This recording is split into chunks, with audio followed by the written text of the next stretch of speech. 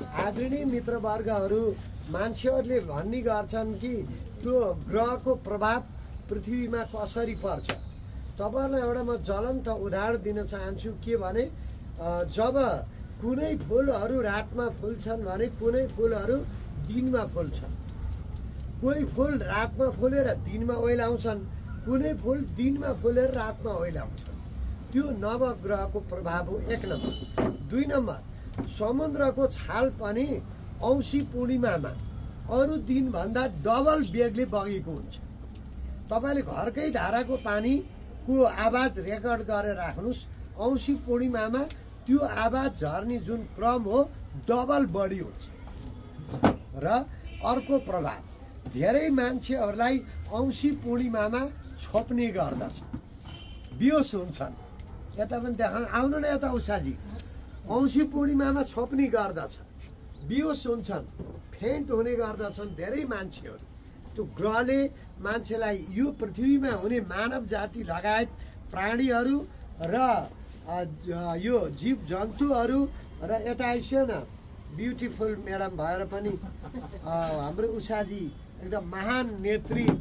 अब अहिले भन्न भएन, अबको चुनावमा उहाँ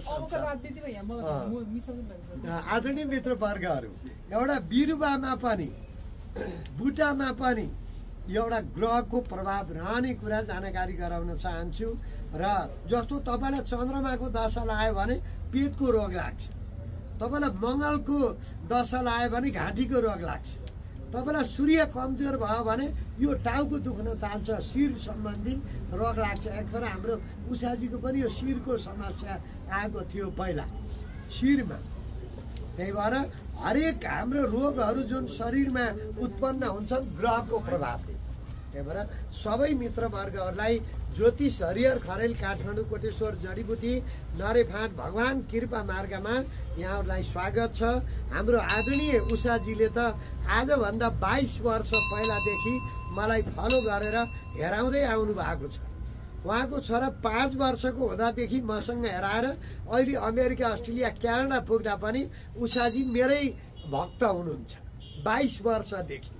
कि गलत हो उषाजी? एकदम सही हो। उहाँले संसारमा भगवान मान्ने भए मात्रै हरिहर खरेल, म आफै भनिदिन्छु। उहाँले अर्को दोस्रो भगवान मान्नु। अहिले हाम्रो भीमबहादुर हमालजी हङकङ हो, उहाँ मेरो एकदम अब सपोर्टर पनि, भीमबहादुरजी एन्टी पनि। भाइदी भीमबहादुर हमालले पनि हङकङबाट हेर्नु होला, तपाईँको उच्च सफलताको कामना गरेको छु। हजुरलाई सफल हुनुहोस्।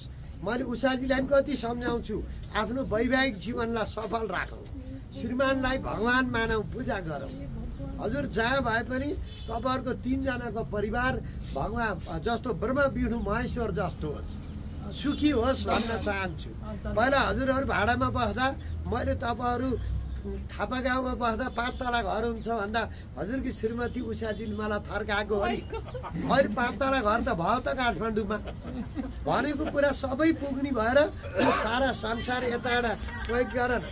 सारा यसरी लाइन आउनु भएको छ कि 22 वर्ष पहिला भनेका हरेक कुराहरू उषाजीलाई सोध्नुहोस् तपाईँहरूले। उहाँले मलाई हप्काउनु भएको थियो, तपाईँ काठमाडौँमा 5 तला घर हुन्छ है भन्दा ह्याक भन्ने मान्छे उहाँ नै हो। अहिले 5 तला घरमा बसेर महारानी भएर मजा डटेर हिँड्ने महारानी पनि उहाँ नै हो।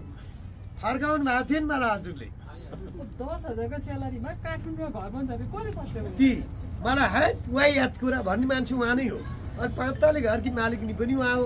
त्यही भएर आउन चाहने मित्रवर्गहरूलाई ज्योतिष हरिहर खरेल काठमाडौँ कोटेश्वर जडीबुटी नरेफाँट भगवान कृपा मार्ग ब्रेन हार्ट स्कुल नजिकै यहाँहरूलाई स्वागत छ भन्दै अहिले हाम्रो आदरणीय आदर्श नारी सीता जस्ती ब्युटिफुल पनि 40 वर्षकी बुढी हुँदा पनि उहाँको कोच तेजस्वी उस्तै सूर्य जस्ती हुनुहुन्छ।